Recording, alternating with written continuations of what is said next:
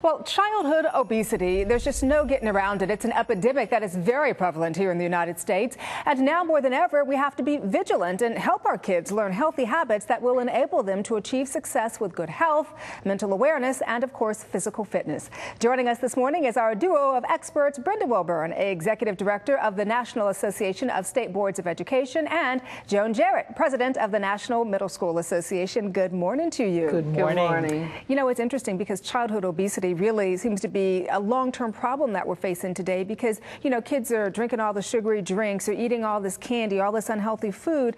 You know, how do we compete? And I guess the bigger question as a parent is, where do we even begin? We begin with education, both in the home and in the school, teaching children what to eat and what not to eat, how to eat, to exercise and to live healthy lives and to make right decisions about their healthy choices.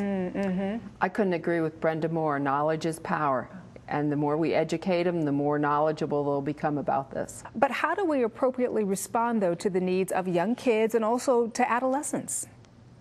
Well, adolescents are changing more during this time period than at any other time in their life, except from the time they're born until they're 2 years old. Wow. So it's very important that we understand those developmental changes. And as they go through these developmental changes, it's important that the community, as well as the parent, support them in these changes by creating walking paths, biking paths, becoming involved in wellness programs within their schools.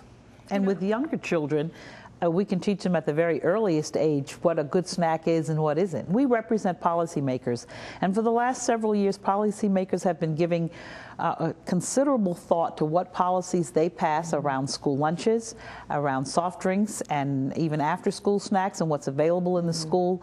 And we have seen real change in how schools are approaching food and eating and exercise.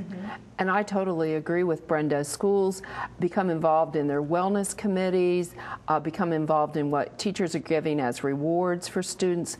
Things are changing very much within the schools. You know, it's interesting you mentioned rewards because now the reward is a pencil. A reward is a little eraser or something. It's not candy. It's not something sugary or sweet, which I think is a really good start.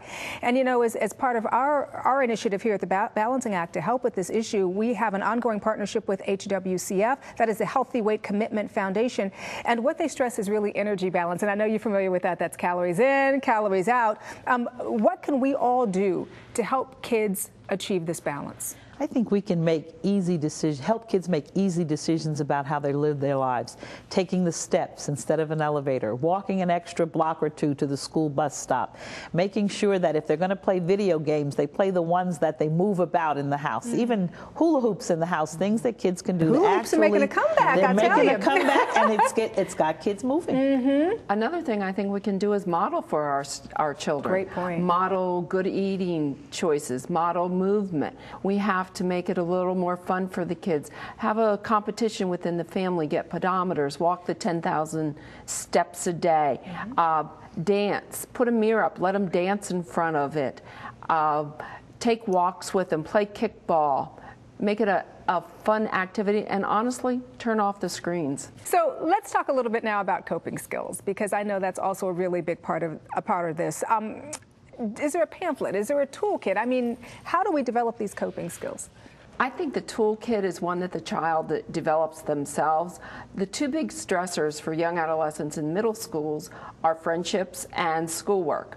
So you know that might be on the horizon, so you want to make sure that your child has some skills in their toolkit to cope with those. One might be a person to talk to, one might be journaling, one might be going to the school nurse, one might be just having some physical exercise to get rid of those stressors. All right, well, thank you very much. I appreciate you all being here and sharing some really good and useful information to get our kids moving. Thank you for having us. Absolutely. And for more information on helping teach your kids healthy habits and for valuable resources, visit the National Association of State Boards of Education at NASBE.org and the National Middle School Association at NMSA.org. And also, make sure you keep watching us here on our Parent Teacher Series for more useful information.